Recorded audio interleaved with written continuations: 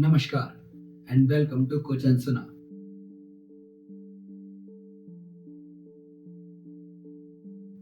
यहाँ पर हम वो बातें करते हैं जो हम सुनते हैं, जानते हैं, मानते भी हैं, लेकिन फिर भी वो हैं कुछ अनसुनी। तो शुरू करते हैं एपिसोड 5, त्याग, सैक्रिफाइस। रिश्तों में जब संघर्ष निरंतर रहता है तो हमें त्याग करने पड़ते हैं रिश्तों की उम्र को बढ़ाने के लिए। और इतिहास से लेकर वर्तमान तक हमारी औरतें रिश्तों में त्याग करती आई है।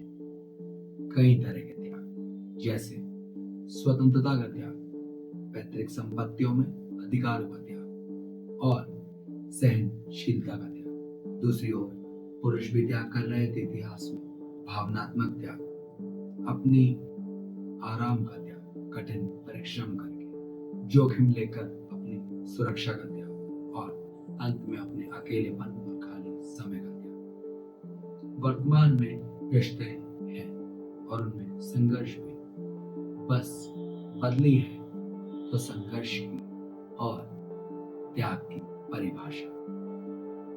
वर्तमान में हमारी औरतें त्याग कर रही है दोहरी पारी, जैसे वो त्याग अपने करियर में और अपनी घरेलू जिंदगी दोनों में कर रही है।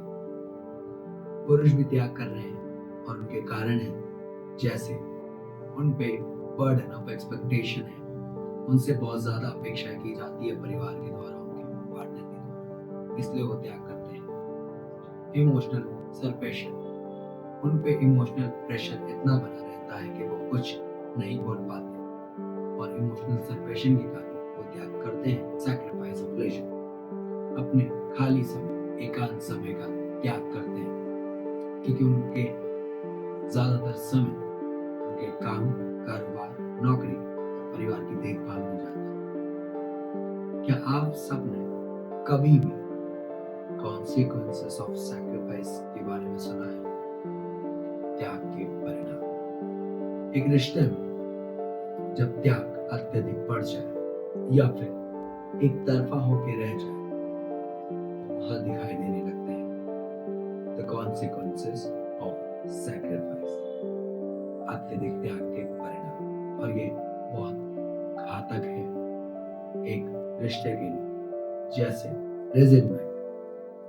एक रिश्ते में जब त्याग अत्यधिक बढ़ जाए तो उस रिश्ते में कड़वाहट आने लगती है, चिड़चिड़ापन महसूस करने लगते हैं पार्टनर। लॉस ऑफ आइडेंटिटी, एक रिश्ते में जब त्याग एक तरफा हो जाए और आपकी कोई कीमत ही ना रहे तो आप अपनी स्वयं की पहचान खो देते हैं। इसे ही कहा जाता है loss of identity. Doormat effect, मान लीजिए आप एक रिश्ते में त्याग करते जा रहे हैं, लेकिन उस त्याग के बदले ना आपको तारीफ मिल रही है, ना सराहना और ना सम्मान, तो आप एक दरवाजे के बाहर रखे पैरदान की तरह महसूस करने लगेंगे।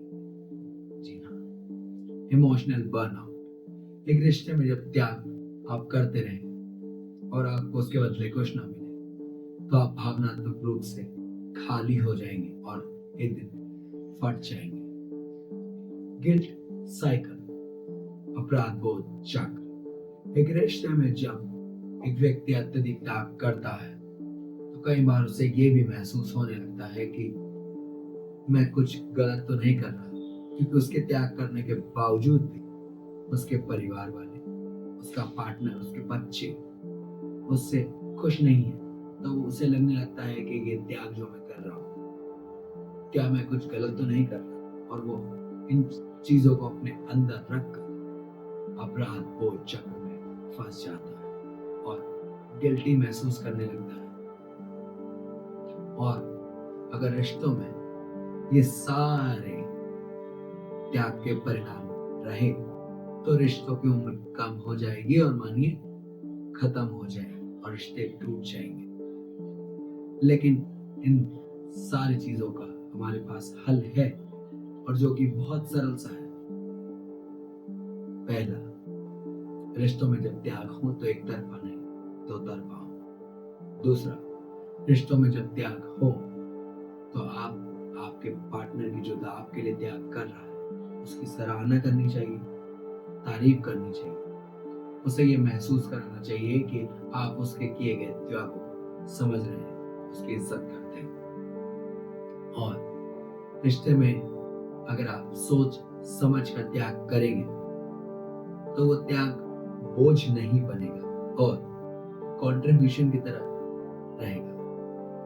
अंत में बस यही कहना चाहूंगा कि त्याग दो तरफा हो और सोच समझ कर और अपने पार्टनर को प्रेम कीजिए, तो आपका रिश्ता बच जाएगा और उसकी उम्र भी बढ़ जाएगी। और अगर आपको ये वीडियो अच्छी लगी तो इस वीडियो को उस इंसान को भेजिए जिसके लिए आप जीवन में त्याग करना चाहते हैं। और लाइक करना, कमेंट करना और शेयर करना मत भूलिएगा इस वीडियो को। मैं मिलता हूँ आपको कुछ अनसुना के अगले एपिसोड में। धन्यवाद।